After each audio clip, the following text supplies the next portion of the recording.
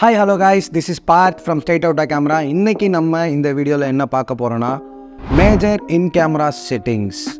என்னடா major camera செட்டிங்ஸ்ன்னு சொல்கிறியே அப்படின்னா இந்த ஐஎஸ்ஓ, ஷட்டர் ஸ்பீடு, அப்பச்சர் அதுதானே சொல்ல வரேன் அப்படின்னு சொல்கிறீங்களா? அதெல்லாம் ஒன்றும் இல்லைங்க. இது காமன் செட்டிங்ஸ் இன் கேமரா. இந்த செட்டிங்ஸ் எல்லாம் நீங்கள் சேஞ்ச் பண்ணி வச்சுக்கிட்டா உங்கள் கேமரா இன்னும் நல்லா பெட்டராக பர்ஃபார்மன்ஸ் பண்ணும். அந்த உங்களுக்கும் ஒரு பெட்டரான அவுட்புட் கிடைக்கும் அப்படின்னு சொன்னால் அப்போ நம்புவீங்களா? ஓகே, டைம் வேஸ்ட் பண்ணாமல் ஸ்ட்ரைட்டாக அந்த வீடியோக்குள்ளே போகலாம். நீங்கள் சேஞ்ச் பண்ண வேண்டிய first settings turning on the framing grids. அதாங்க கிரிட் லைன்ஸ். நீங்கள் இந்த வீடியோவில் பார்க்குறது தான் ஃப்ரேமிங் கிரிட்ஸ். நீங்கள் ஒரு ஃபோட்டோவோ இல்லை வீடியோவோ ப்ராப்பராக ஃப்ரேம் பண்ணி கம்போசிஷனில் வச்சு உங்களுக்கு எடுக்கிறதுக்கு இந்த ஃப்ரேமிங் கிரிட்ஸ் உங்களுக்கு ரொம்ப யூஸ் ஆகும். அது சிமெட்ரிக் லைன்ஸாகவும் இருக்கலாம், இல்லை ரூல் ஆஃப் தேர்டில் வர கிரிட் லைன்ஸாகவும் இருக்கலாம். உங்களுக்கு எது கன்வீனியண்ட்டாக இருக்கோ அந்த ஃப்ரேமிங் கிரிட்டை வச்சு நீங்கள் யூஸ் பண்ணி எடுத்து பழகிக்கலாம். மோஸ்ட்லி நீங்கள் கேமராலேயே உங்கள் ஃப்ரேமிங் கம்போசிஷனை ப்ராப்பராக எடுத்துட்டிங்கன்னா உங்களுக்கு போஸ்ட் ப்ரொடக்ஷன் ஒர்க்கில் பெரிய வேலை இருக்காது. அண்ட் தென் நீங்கள் கிராப் பண்ணுறன்ற பேரில் உங்கள் பிக்சலை வேஸ்ட் பண்ணிக்க வேண்டாம். Second setting turning on the focus speaking. நீங்கள் இந்த வீடியோவில் பார்க்குறது தான் ஃபோக்கஸ் ஸ்பீக்கிங். இந்த ஃபோக்கஸ் ஸ்பீக்கிங் உங்களுக்கு சப்ஜெக்டில் எங்கெங்கெல்லாம் ஃபோக்கஸ் ஆகிருக்கோ அங்கெல்லாம் உங்களுக்கு இதில் வந்து ரெட் லைன்ஸ் வந்து தெரியும். அந்தந்த ஏரியாஸ்லாம் உங்களுக்கு ஃபோக்கஸ் ஆகியிருக்குன்றது அர்த்தம். இந்த ஃபோக்கஸ் ஸ்பீக்கிங் செட்டிங்ஸ் எங்கே இருக்குன்னா பீக்கிங் டிஸ்பிளேன்ற ஒரு ஆப்ஷனில் இருக்கும். அந்த பீக்கிங் டிஸ்பிளே ஆப்ஷன் போனீங்கன்னா பீக்கிங் டிஸ்பிளே ஆன் ஆஃபர் இருக்கும். ஸோ அதை ஆன் பண்ணிக்கிட்டு கீழே வந்து உங்களுக்கு வந்து என்ன ரேஞ்சில் வேணும், உங்களுக்கு வந்து average range, mid range, high ரேஞ்சுன்ற ஃபோக்கஸ் ஸ்பீக்கிங் பாயிண்ட் அதில் என்ன செட்டிங்ஸ் வேணுமோ உங்களுக்கு சூஸ் பண்ணிக்கிட்டு அண்ட் தென் என்ன கலர், ஒயிட், ரெட், ப்ளூ அப்படின்னு சொல்லிட்டு 3 கலர் இருக்கும். உங்களுக்கு எது வேணுமோ அதை நீங்கள் உங்களுக்கு கன்வீனியண்ட்டாக சூஸ் பண்ணிக்கலாம். நீங்கள் தேர்டு சேஞ்ச் பண்ணுற செட்டிங்ஸ், இது செட்டிங்ஸ்ன்னு சொல்ல முடியாது, இது ஒரு டைப் ஆஃப் ஃபார்மேட்னு சொல்லலாம். நீங்கள் ஒரு ஃபோட்டோகிராஃபராக இருக்கீங்களா, உங்களோட ஃபோட்டோகிராஃப்ஸ் வந்து நீங்கள் வந்து ரொம்ப போஸ்ட் ப்ரொடக்ஷனில் ஒர்க் பண்ணுவேன், எனக்கு அதோட டீட்டெயில்ஸ் எதுவுமே வந்து உடையாமல் எனக்கு வேணும் அப்படின்னீங்கன்னா நீங்கள் ஷூட் பண்ணுறது ரா ப்ளஸ் ஜேபெக்ன்ற ஃபார்மேட்டில் ஷூட் பண்ணுங்கள். ஏன் இந்த ரா ப்ளஸ் ஜேபெக் ஃபார்மேட் சொல்கிறேன்னு பார்த்தீங்கன்னா, உங்களுக்கு நீங்கள் ஒரு ஃபோட்டோஸ் எடுக்கல உங்களுக்கு அது 2 ஃபோட்டோஸாக வந்து உங்களுக்கு கிளிக் ஆகும். தட் இஸ் ஒன்று வந்து ஜேபெக் ஃபார்மேட்டில், இன்னொன்று வந்து ரா ஃபார்மேட்டில். உங்களுக்கு ஜேபெக் ஃபார்மேட்டில் உங்களுக்கு ரொம்ப கம்போஸ்டான செட்டிங்ஸ், தட் இஸ் உங்களுக்கு கம்போஸ்டான வேல்யூஸ் மட்டும்தான் உங்களுக்கு போஸ்ட் ப்ரொடக்ஷனில் பண்ணக்குள்ளே சேஞ்சஸ் ஆகும். பட் இதே நீங்கள் ராவில் பண்ணிங்கன்னா உங்களுக்கு நீங்கள் எடுக்கிற கெல்வின் டெம்பரேச்சர்லேருந்து உங்களோட details, that is highlights, exposures, everything எல்லாத்தையுமே நீங்கள் டோட்டலாக அந்த ஃபோட்டோஸை கண்ட்ரோல் பண்ணுற மாதிரி இருக்கும். பெட்டர் நாங்களுமே எங்களோட வெட்டிங்ஸோ சரி, எங்களோட போஸ்ட்டோ சரி, எல்லாத்துக்குமே நாங்கள் வந்து ரா ப்ளஸ் ஜேபெக் தான் யூஸ் பண்ணிகிட்டு இருக்கோம். எங்களுக்கு ரா வந்து எடிட்டிங் பர்பஸ்க்கு யூஸ் ஆகும், அண்ட் தென் ஜேபெக் நாங்கள் கிளைண்ட்டுக்கு கொடுக்கறதுக்கு அந்த மாதிரி யூஸ் ஆகும். நான் யூஸ்வலாக ஜேபெக்னு எடிட் பண்ணிருக்கேன், ரா ஃபார்மேட்லேயே எடிட் பண்ணிருக்கேன். எனக்கு இந்த ராவில் எடிட் பண்ணுறது அவ்வளோ ஈஸியாக இருக்குங்க. எல்லா வேல்யூஸுமே எக்ஸாக்டாக கிடைக்கும்.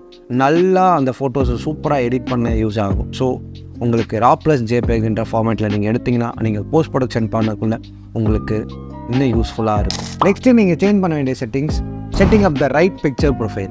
நீங்கள் ஒரு ஃபோட்டோகிராஃபராக இருந்தீங்கன்னா உங்களுக்கு ப்ராப்பரான ஒரு பிக்சர் ப்ரொஃபைல் நீங்கள் சூஸ் பண்ணிக்கோங்க. That is standard picture profile. நீங்கள் எந்த ஃபோட்டோகிராஃபர்ஸ் எடுத்தாலும் மோஸ்ட்லி நீங்கள் ஸ்டாண்டர்ட் பிக்சர் ப்ரொஃபைலில் வச்சு எடுக்கிறதே பார்த்துக்கோங்க.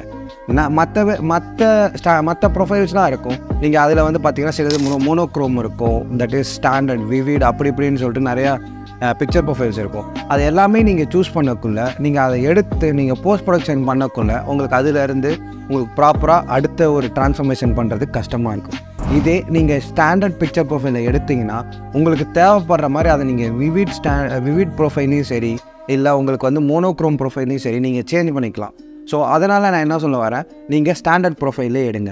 இதே நீங்கள் வீடியோ ஷூட் பண்ணுற மாதிரினா அதுக்கு ஒரு ப்ரொஃபஷனலாக நீங்கள் ஷூட் பண்ணுற மாதிரி இருந்துச்சுன்னா நீங்கள் லாக் ப்ரொஃபைல் சூஸ் பண்ணிக்கலாம். இல்லை எனக்கு வந்து ஜஸ்ட் நான் ஒரு விளாக் யூஸ் பண்ணுறேன், இல்லை எனக்கு வந்து அந்த கலர் கிரேடிங்லாம் ரொம்ப தெரியாது, நான் ப்ராப்பராக நான் கேமராலே வச்சு நான் கலர் கிரேட் பண்ணுறேன் அப்படின்னா நீங்கள் ப்ராப்பராக ஒரு ஸ்டாண்டர்ட் பிக்சர் ப்ரொஃபைலில் வச்சு எடுத்துகிட்டு உங்களுக்கு அட்ஜஸ்ட்மெண்ட் எதாவது பண்ணணும், தட் இஸ் உங்களுக்கு எக்ஸ்போசர் ஏற்றணும், கலரு அந்த மாதிரி பண்ணணும்னா உங்களுக்கு நீங்கள் அந்த மாதிரி பண்ணிக்கலாம். பெட்டர் ஸ்டாண்டர்ட் ப்ரொஃபைலாக வச்சு எடுக்கிறது ஒரு பிகினர்ஸ்க்கோ சரி, ஒரு இன்டர்மீடியட்க்கோ நீங்கள் ஒரு ப்ராப்பராக ஒரு வீடியோ ஷூட் பண்ணுறதோ இல்லை ஃபோட்டோ ஷூட் பண்ணுறதுக்கோ யூஸ்ஃபுல்லாக இருக்கும்னு நான் சொல்கிறேன். நெக்ஸ்ட் செட்டிங்ஸ், அதுவும் இம்பார்ட்டண்ட்டான செட்டிங்ஸ் ஃபார் ஒரு பிகினர்ஸோ இல்லை இன்டர்மீடியட்ஸோ, கிம்பல் யூஸ் பண்ணி எடுக்காமல் நீங்கள் இருந்தீங்கன்னா உங்களுக்கு இந்த செட்டிங்ஸ் வந்து ரொம்ப யூஸ்ஃபுல்லாக இருக்கும். That is IBIS, in body image stabilisation. நீங்கள் ஒரு ஹேண்ட்ஹெல்டு கேமரா வந்து வச்சு யூஸ் பண்ணுறதா சரி, ஒரு ஹேண்ட்ஹெல்டில் வீடியோ எடுக்கிறீங்க, இல்லை நம்ம வந்து ஒரு ஹேண்ட்ஹெல்டில் ஒரு லோ ஷட்டர் எடுக்கிறீங்கன்னா உங்களுக்கு இந்த இன் பாடி இமேஜ் ஸ்டெபிலைசேஷன்ற ஆப்ஷன் நீங்கள் ஆன் பண்ணி வச்சுக்கிட்டிங்கன்னா உங்களுக்கு அந்த ஃபோட்டோவோட ஸ்டெபிலிட்டி வந்து இல்லை வீடியோவோட ஸ்டெபிலிட்டியும் உங்களுக்கு நல்லாவே கிடைக்கும். இந்த இன்பாடி இமேஜ் ஸ்டெபிலைசேஷன் ஆன் பண்ணுறதால உங்களுக்கு ரொம்ப எனக்கு ஸ்டெபிலிட்டி கிடைக்குமான்னு சொன்னால் அது டவுட்டு தாங்க.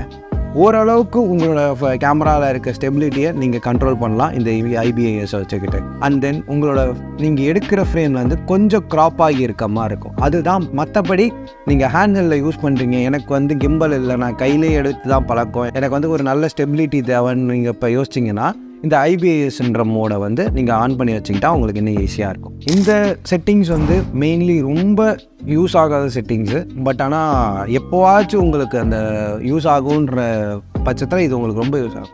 மெயின்லி சில கேமராஸில் பார்த்தீங்கன்னா லாங் எக்ஸ்போஷர் எடுக்கக்குள்ள நாய்ஸ் ரிடக்ட் பண்ணுறதுக்கு அதிலே ஆன் ஆஃப் ஆப்ஷன் இருக்கும். நீங்கள் அந்த ஆன் ஆஃப் ஆப்ஷன் ஆன் பண்ணி தான் மோஸ்ட்லி வச்சுருந்தீங்கன்னா நீங்கள் அதை ஃபஸ்ட்டு டர்ன் ஆஃப் பண்ணுங்கள். ஏன்னா லாங் எக்ஸ்போஷர் நீங்கள் இப்போ ட்ரை பண்ணுறீங்கன்னா அதை மோஸ்ட்லி ரா ஃபார்மேட்டில் தான் ட்ரை பண்ணுவீங்க. நீங்கள் ரா ஃபார்மேட்டில் ட்ரை பண்ணக்குள்ள உங்களுக்கு நீங்கள் அதை எடுத்து போஸ்ட் ப்ரொடக்ஷன் பண்ணக்குள்ள அந்த நாய்ஸை வந்து ரிடக்ட் பண்ணுறதுக்கு உங்களுக்கு ஈஸியாக இருக்கும். இதே உங்கள் கேமராலே இந்த லாங் எக்ஸ்போஷர் வந்து கம்மி பண்ணி கொடுத்துச்சுன்னா உங்களால் போஸ்ட் ப்ரொடக்ஷன் ஒர்க்கில் ப்ராப்பராக அந்த ரா எக்ஸ்போஷரை வச்சு எடிட் பண்ணுறது கொஞ்சம் கஷ்டமாக இருக்கும். இது எனக்கு மெயின்லி ஆச்சு. அதனால தான் நான் இதை வந்து ஒரு மெயின் இன்புட்டாக நான் உங்களுக்கு சொல்கிறேன். மெயின்லி இந்த லாங் எக்ஸ்போஷரை டர்ன் ஆஃப் பண்ணி வச்சுருக்கிறது பெட்டர் ஆப்ஷன். இந்த லாஸ்ட் செட்டிங்ஸ் இது வந்து உங்களுக்கு மெயின்லி காமனாக தெரிஞ்சிருக்கும். பட் இன்னும் சில பேர் பண்ணாமல் இருப்போம், நம்ம எதுக்கு அதெல்லாம் பண்ணிக்கிட்டு அப்படின்னு சொல்லிட்டு வச்சுட்டு இருப்போம். இப்போது நீங்கள் ஒரு வெட்டிங் ஷூட்டோ பண்ணுறீங்க, இல்லை ஒரு 4-5 பேர் ஒரு க்ரூவாக சேர்ந்து ஒரு ஃபுல் ஷூட் நீங்கள் எடுக்கிறீங்க, ஒரு 5 to 6 கேமராஸ் உங்களுக்கு வந்து நீங்கள் யூஸ் பண்ணிகிட்ருக்கீங்கன்னா அதில் பர்டிகுலராக உங்கள் கேமராவில் எடுத்த ஃபோட்டோஸ் மட்டும் தனியாக தெரியணும். இல்லை எனக்கு பர்டிகுலராக என் கேமராவில் எடுத்தது மட்டும் எனக்கு தெரியும்னா ஃபைல் நேமிங்கிறது உங்களுக்கு ரொம்ப யூஸ்ஃபுல்லாக இருக்கும். இப்போ நீங்கள் ஒரு வெட்டிங் ஷூட்டோ பண்ணுறீங்க, இல்லை நான் வந்து இந்த ஃபோட்டோஸ்லாம் எடுத்திருக்கேன் அப்படின்றதுக்கு அந்த இமேஜஸ்க்கு நீங்கள் ஃபைல் நேமிங் பண்ணி வச்சுருந்தீங்கன்னா, தட் இஸ் இப்போ என் பேர் பார்த்துன்னா நான் ஜஸ்ட் ஒரு பிஎஸ் அப்படின்னு சொல்லிட்டு நான் போட்டு வச்சுருந்தேன்னா அந்த கேமராவில் எடுக்கிற ஃபைல் நேமிங் தட்டு அந்த கேமராவில் எடுக்க எல்லா ஃபோட்டோஸுமே பிஎஸ் அண்ட் தென் அந்த நம்பர், இந்த ஃபோட்டோஸோட நம்பர் உங்களுக்கு எல்லாமே வந்துடும். ஸோ அதனால் நான் இந்த கேமராவில் எடுத்திருக்கேன், இது நான் எடுத்ததுன்றதை வந்து உங்களுக்கு தெளிவாக தெரியறதுக்காக இந்த ஃபைல் நேமிங்ன்றது இன்னும் யூஸ்ஃபுல்லான ஆப்ஷனாக இருக்கும். That's it. இதுதாங்க எனக்கு தெரிஞ்ச இன் கேமரா செட்டிங்ஸ். இதே மாதிரி உங்களுக்கு வீடியோ நிறையா வேணும்னா stay tuned and follow for more updates. Subscribe பண்ணுங்கள், ஷேர் பண்ணுங்கள், லைக் பண்ணுங்கள்.